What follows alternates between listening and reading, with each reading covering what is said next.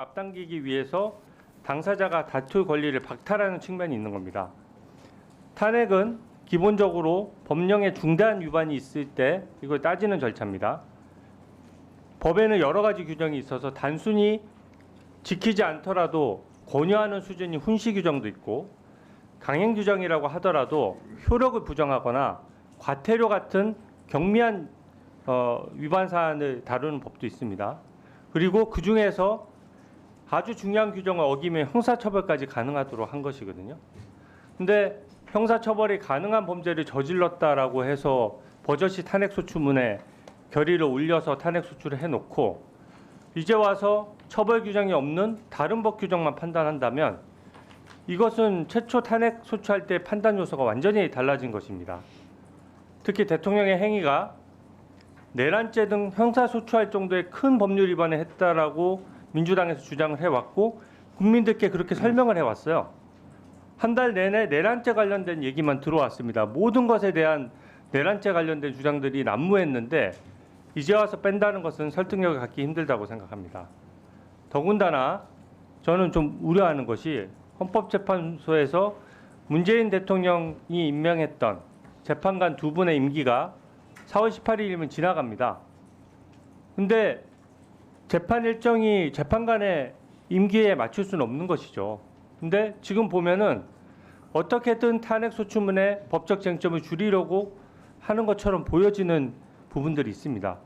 그렇기 때문에 공정성을 잃고 재량 범위를 벗어났다는 지적을 하는 것이거든요. 일종의 탄핵소송은 일부 이 내란죄를 빼는 건 일종의 탄핵소송의 일부를 취하하는 것이기 때문에 이해 상대방과 소를 제기한 측인 국회가 동의해야 되는 것이 정말 당연하다고 생각합니다.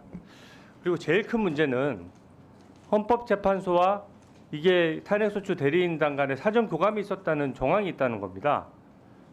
일단 민주당 입장에서 탄핵소추 대상이 될 내용 중에 내란죄는 제일 큰 부분이거든요. 일단 재판부의 권유나 교감 없이 혼자서 갑자기 이렇게 했다는 것이 이상합니다. 탄핵 사유의 거의 80%가 날아갔다는 것이 지금 대통령 변호인단의 주장인데 핵심 부분이 저는 몇 퍼센트인지 말할 수는 없어도 핵심 부분이 달라진 건 저는 확실하다고 생각하거든요. 제가 그 2차 변론기 내용을 한번 살펴봤습니다. 이게 당시 녹음 녹화가 됐던 부분이죠. 근데 그때 그 재판관께서 헌법재판관이 지난 준비기일에 형법 위반 주장과 관련해서 헌법 위반으로 재구성하기로 했느냐 이렇게 질문을 하니까 국회 변호인단에서 어떻게 답변을 했냐면 재판부께서 그 유형적 사실관계로서 정리를 해주신 것으로 이해했다. 그리고 또 중요한 말을 했어요. 헌법재판이 형법 위반 여부에 매몰되는 것을 방지하기 위해서 헌법 위반만 다루겠다. 이 말은 뭐냐면 형법 위반 사건을 다루다 보면 재판이 늦어지니까 헌법 부분만 다루겠다는 뜻이거든요. 근데 그 빨간색 글씨에서 보다시피 그 탄핵 소추를 담당했던 이 경험 많은 변호사가 그것이 재판부께서 저희에게 권유하신 바라고 생각하고 있습니다. 그러니까 이 변호인은 그렇게 느낀 거예요. 변론 준비기일이나 내용이나 여러 가지 소통 과정에서 재판부께서 재판부가 그 형사재판은 너무 길게 걸리니까 헌법재판으로 다뤄서 형사적인 처벌 여부에 대해서 판단을 안 하는 것이 좀 유리하겠구나 이렇게 생각을 한 것입니다. 그 다음 페이지 보여주십시오. 이걸 보면 지금 이 탄핵소추 대리인단의 말이 있은 이후에 바로 헌법재판관이 정리를 합니다.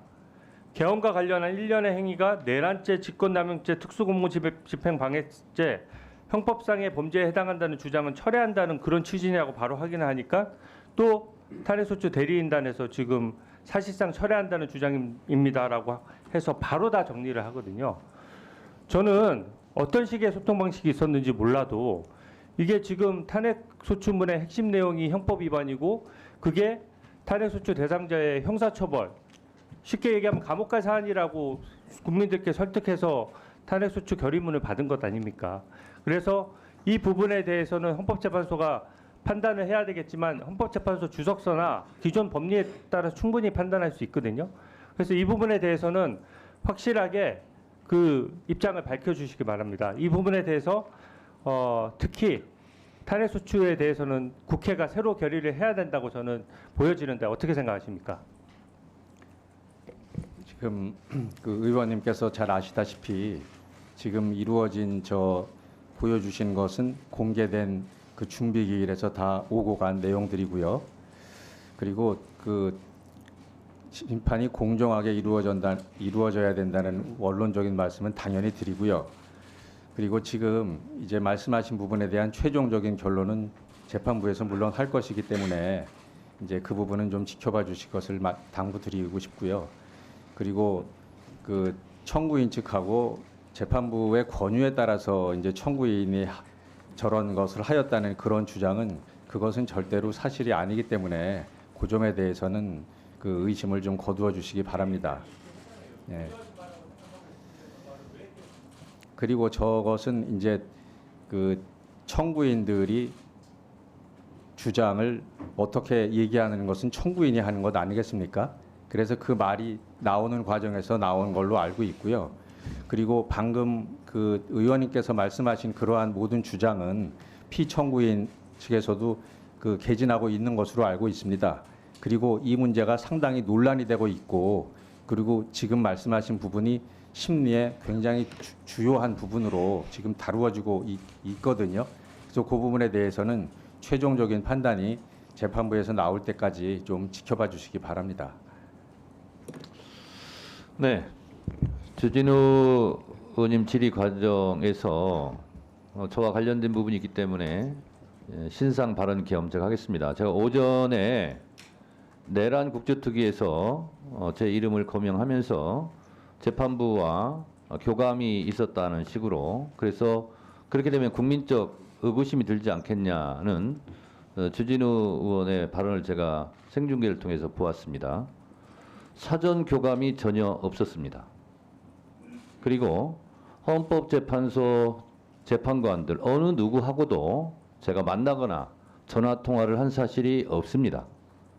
그런데 왜 저런 발언을 할까? 나름대로 제가 추측해 보건대 헌법재판소 1차 준비 기일 때 쟁점 사항을 정리하는 과정에 있었습니다. 제가 정확한 기억은 아닙니다만, 그래서 내란 행위에 대해서 내란죄로 할 것인지 헌법으로 할 것인지 그 부분에 대해서 청구인 측에서 입장을 정해와라 하는 취지로 제가 알고 있습니다. 그래서 저희 소송 대리인들이 그 부분에 대해서는 내란 행위로 탄핵 소추 안도 의결이 됐기 때문에 내란죄로 하다 보면 실제로 헌법재판소는 헌법재판을 하는 거기 때문에 사실상 내용이 동일하기 때문에 사실적 내용은 남고 내란죄가 아니라 내란 행위에 대한 헌법으로 판단을 받겠다. 그래서 사실상 철회한다 이렇게 발언을 했고요.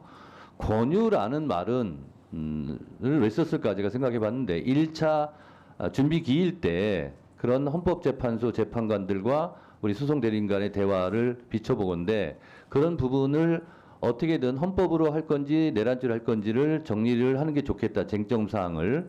그래서 아마 소송 대리인은 그런 표현을 쓴 것으로 제가 알고 있고, 그리고 재판관들과 청구인 측이나 피청구인 측이 무슨 교감을 했다거나 무슨 모의를 했다거나 이런 발언 자체는 헌법재판소 재판관님들을 모욕하는 행위다. 저는 그래서 그런 부분은 삼가해 줬으면 좋겠다라는 말씀을 드리고, 저희 헌법 소추 탄핵 소추 안에는 위헌 위법한 비상계엄과 국헌문란의 내란 범죄 행위라고 되어 있고요.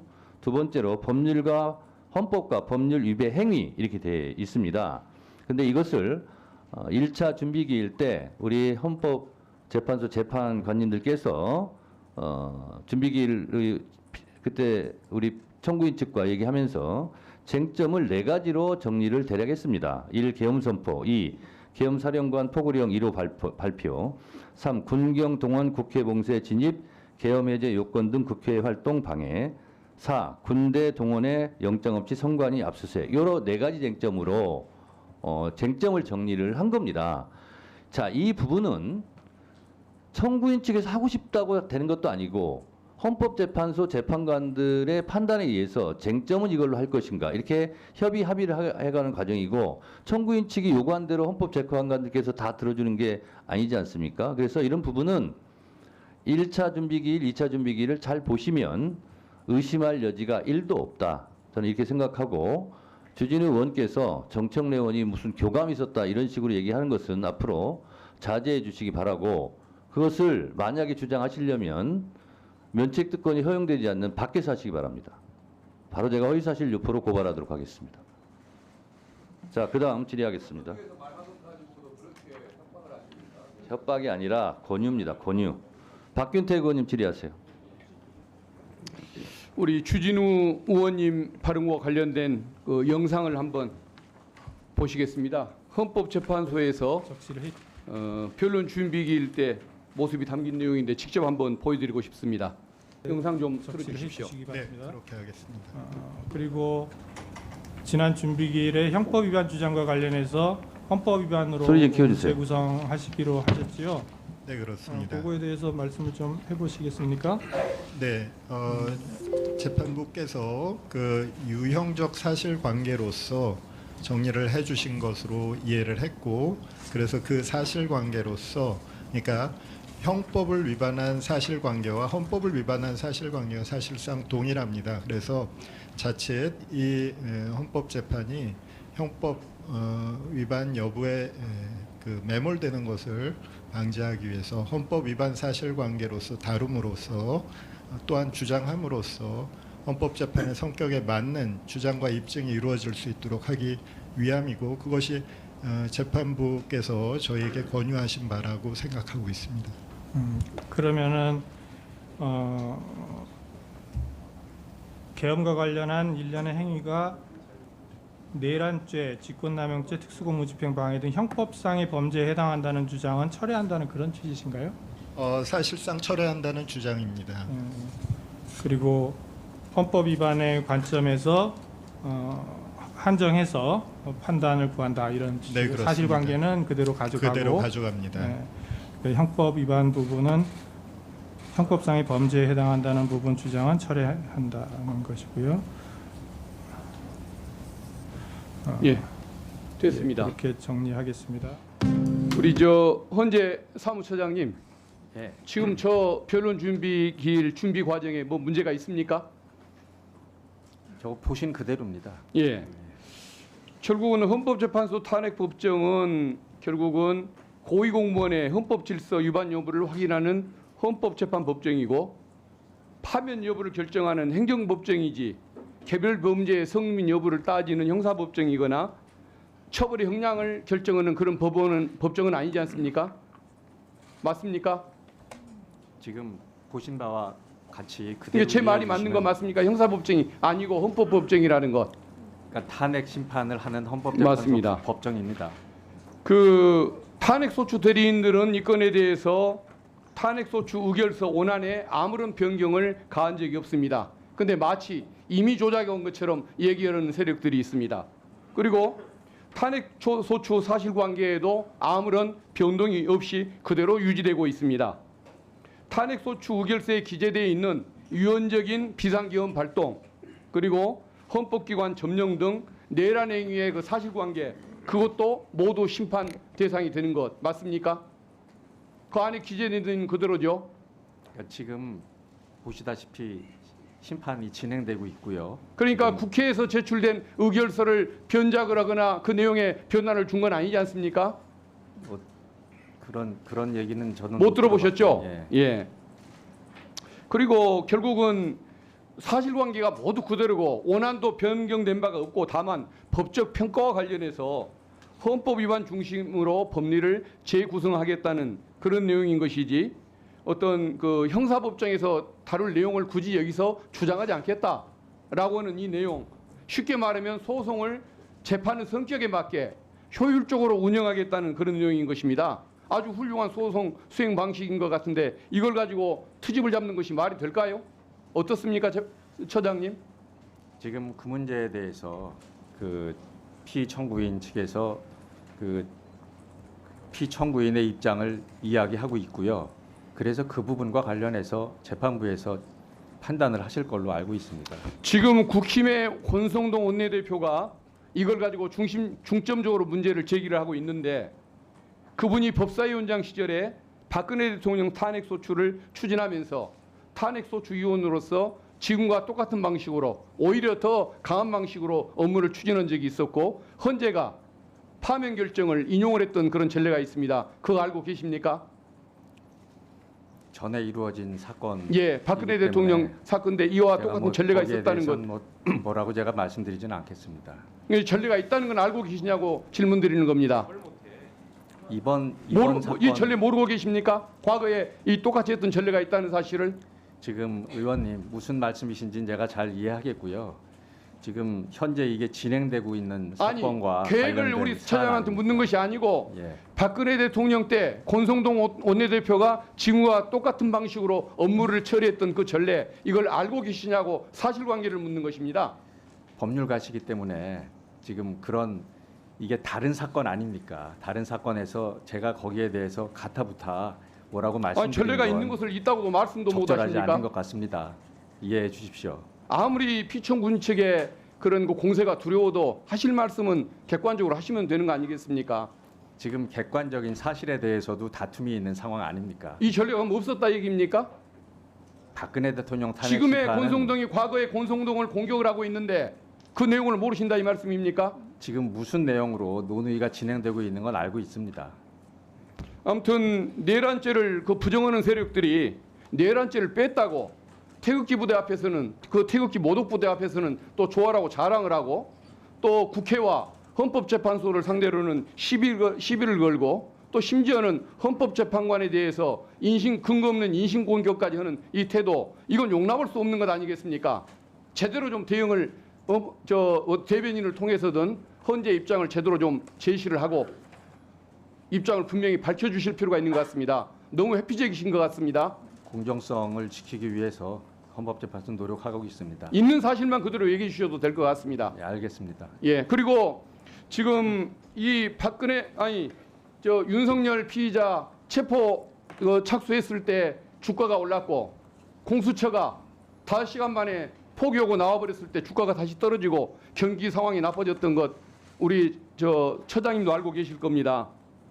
그리고 지금 그 피치사입니까? 국제 신용평가하는 그 지금 회사에서는 윤석열에 대한 헌법재판소의 탄핵 심판이 늦어지면 늦을수록 신용 등급 하락의 위험이 있다라고 얘기를 하고 있습니다. 재판 빨리 진행되게 우리 처장님이 잘 보좌 좀 해주시기 바라겠습니다. 예, 그 잘 살펴보겠습니다. 네, 수고하셨습니다. 다음은 곽규택 의원님 질의하세요. 예,